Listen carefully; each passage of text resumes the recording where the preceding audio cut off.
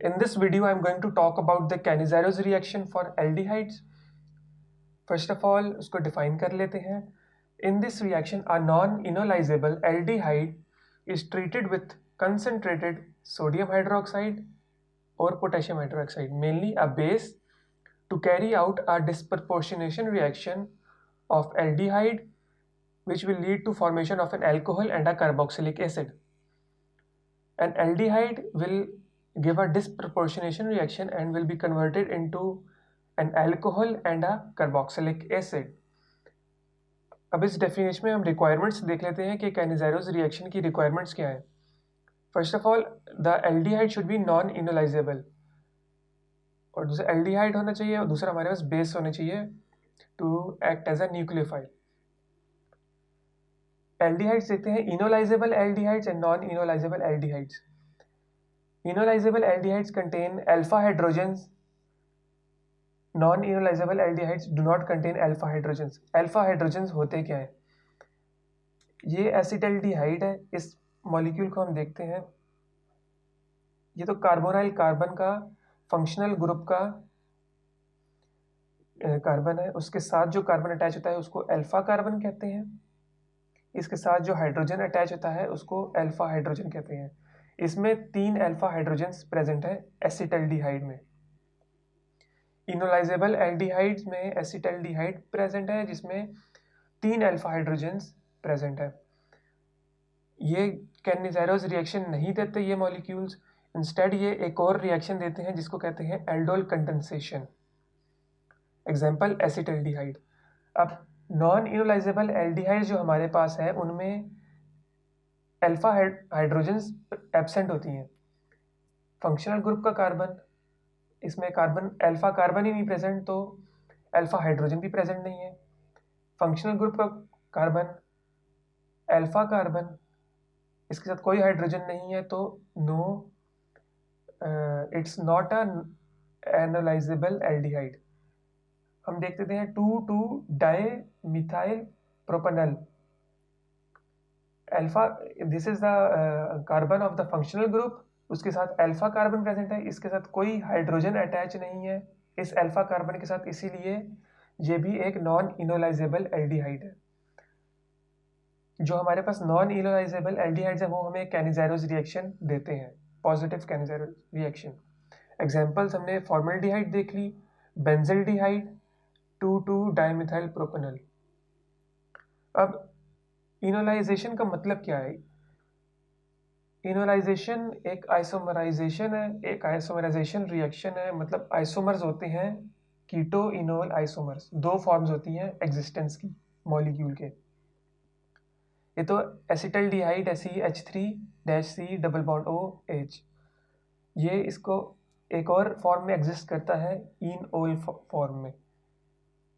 यह हाइड्रोजन इसके साथ अटैच होता है, डबल बॉन्ड यहाँ पे प्रेजेंट होता है इस मॉलिक्यूल में. सो एल्कीन ग्रुप प्रेजेंट है, उसके साथ एक ओल ग्रुप भी प्रेजेंट है, इनोल.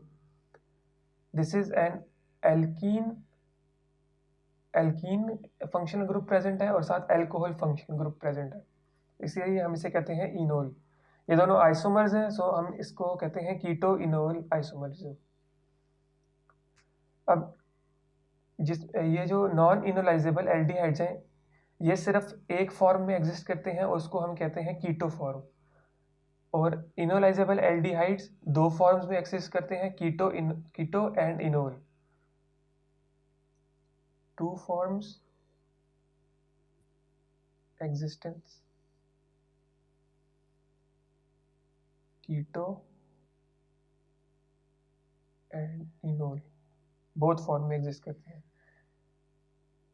ये एग्जिस्ट करते हैं सिर्फ कीटो फॉर्म में, इसीलिए ये एल्डोल कंडेंसेशन रिएक्शंस दे देते हैं.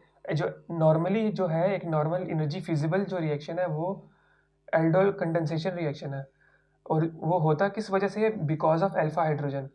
अब नॉन इनोलाइजेबल में अल्फा हाइड्रोजन ही नहीं है तो एल्डोल कंडेंसेशन रिएक्शन ही नहीं होगा, जिसकी इंस्टेड वो कैनिज़ारोस रिएक्शन हमारे पास देते हैं. हमने ऊपर पढ़ा कि नॉन इनोलाइजेबल एल्डिहाइड्स देंगे साथ कंसंट्रेटेड बेस, इसमें जो OH है वो एज अ न्यूक्लियोफाइल एक्ट करेगा to carry out a disproportionation reaction. अब डिस्प्रोपोर्शनेशन रिएक्शन क्या है? It is a reaction in which one molecule of a compound is oxidized and another molecule of the same compound is reduced। अब aldehyde के दो molecules हमने लिए हैं, इसी में एक ऑक्सीडाइज अगर मॉलिक्यूल हो जाए तो हमारे पास कार्बोक्सिलिक एसिड बन जाएगा, इसी का अगर एक मॉलिक्यूल रिड्यूस हो जाए तो हमारे पास अल्कोहल बन जाएगा। ये अल्कोहल है, रिड्यूस्ड प्रोडक्ट, ये एसिड है, ऑक्सीडाइज्ड प्रोडक्ट। इसको हम कहते हैं डिस्प्रोपोर्शनेशन रिएक्शन। अब हम बात करते हैं mechanism of Cannizzaro's reaction. Two step reaction है। First of all is the nucleophilic attack of hydroxide. जो हमने बेस इस्तेमाल की है वहाँ से हमारे पास हाइड्रोक्साइड आ रहा है। जो हमने KOH या NaOH यूज़ किया था, ये हमें देते हैं हाइड्रोक्साइड आयन। ये हाइड्रोक्साइड आयन एक्ट करता है एज अ न्यूक्लियोफाइल। स्टेप 1 देखते हैं।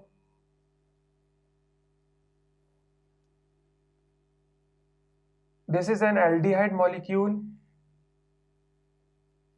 This is the hydroxide ion. ये एक्ट करेगा इस न्यूक्लियोफिलिक सेंटर पे क्योंकि इसके ऊपर पार्शियल पॉजिटिव चार्ज प्रेजेंट है। ये हमें रिएक्शन देगा R-CO नेगेटिव, एक बॉन्ड टूट जाएगा ताकि एक नया बॉन्ड क्रिएट हो, OH and H same to same उधर आ जाएगा। अब ये एक मोनो आयनिक फॉर्म है। एक डाई आयनिक फॉर्म भी इसकी एग्जिस्ट करती है, उसको हम कहते हैं R-CO negative, O negative, H।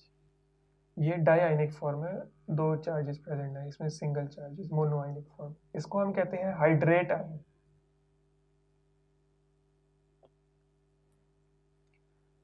अब ये दोनों इंटर कन्वर्टेबल हैं, दोनों से हम कैनिज़ेरोस रिएक्शन देख सकते हैं। पहले हम इससे देखते हैं। Step number 2 from hydrate ion. Step 2, इसको हम A कह देते हैं, इसको B कह देते हैं। A से अगर हम देखें, स्टेप 2 है क्या? Transfer of hydride ion. Hydride ion कहते हैं जब हाइड्रोजन के ऊपर नेगेटिव चार्ज हो। H negative ion is called a hydride ion. अब ये कहाँ से आता है? हमारे पास इससे देखते हैं हम R-CO नेगेटिव, OH H। ये एक और मॉलिक्यूल ऑफ एल्डिहाइड पे एक्ट करेगा, R-C डबल बॉन्ड O-H। अब इस पे तो अंडरस्टूड है कि एक पार्शियल पॉजिटिव चार्ज प्रेजेंट है एल्डिहाइड में। यहाँ पे क्या हो रहा है? ये जो नेगेटिव चार्ज है, ये जो इलेक्ट्रॉन्स हैं, ये यहाँ पे डबल बॉन्ड बना लेंगे। ये जो इलेक्ट्रॉन्स हैं बॉन्ड के, ये बॉन्ड टूट जाएगा, वीक बॉन्ड है, और ये इलेक्ट्रॉन्स हाइड्रोजन के पास चले जाएंगे और वो H नेगेटिव आयन बन जाएगा उसके पास। यहाँ से हमारे पास H नेगेटिव क्रिएट हो रहा है। जब ये H नेगेटिव यहाँ पे होगा तो ये एक पॉजिटिव चार्ज पे एक्ट कर सकता है। यहाँ पे हमारे पास पार्शियल पॉजिटिव चार्ज प्रेजेंट था। जब ये एक्ट करेगा तो हमारे पास क्या बनेगा? इसको हम देखते हैं R-C डबल बॉन्ड O-OH। दूसरा प्रोडक्ट R-C, ये एक बॉन्ड टूट जाएगा, O के ऊपर नेगेटिव चार्ज चला जाएगा, एक नया बॉन्ड फॉर्म हो रहा है H, और दूसरा H ऐसे ही सेम टू सेम आ जाएगा। अब ये प्रोडक्ट्स क्या बने क्या है? R-C double bond O-OH is carboxylic acid. This RCH2-O negative is alk oxide ion. Alk oxide ion. Alk oxide ion, इसका हम वर्कअप करेंगे, एसिड वर्कअप करेंगे, तो हमारे पास यहाँ पे प्रोटोनेशन हो जाएगी, which will give us R dash C OH dash H dash H। R dash C H2 dash OH हमारे पास एल्कोहल। ये तो हमने देख लिया इस हाइड्रेट आयन से रिएक्शन। अब ये जो डाई एनाइन है, डाई एनाइन, इससे हम रिएक्शन देखते हैं।